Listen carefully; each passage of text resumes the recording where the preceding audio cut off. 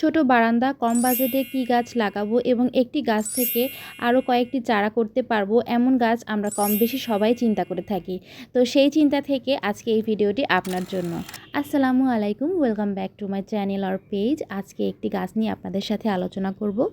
Devil's backbone অথবা zigzag plant নামে গাছটি পরিচিত। কম বেশি এই গাছটি আমরা সবাই চিনে থাকি।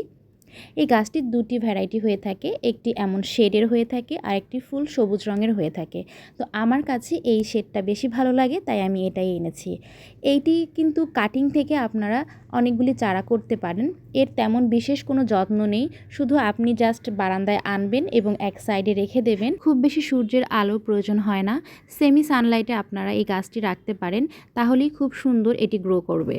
গাছের গোড়ায় 3-4 দিন পরপর পানি দিবেন এবং গাছের গোড়া যেন শুকিয়ে না যায় সেদিকটা খেয়াল করবেন। গাছের সার হিসেবে 4-5 মাস পরপর জৈব সারটা ইউজ করবেন, তাহলেই গাছটা খুব ভালো থাকবে। শীতে এই গাছের পাতা একটু ঝরে যায়, তবে গরমকালে খুব সুন্দর পাতার কুচি ছাড়ে। তো আজকের মতো এখানেই বিদায় নিয়ে নিচ্ছি, দেখা হবে অন্য কোনো গাছ নিয়ে।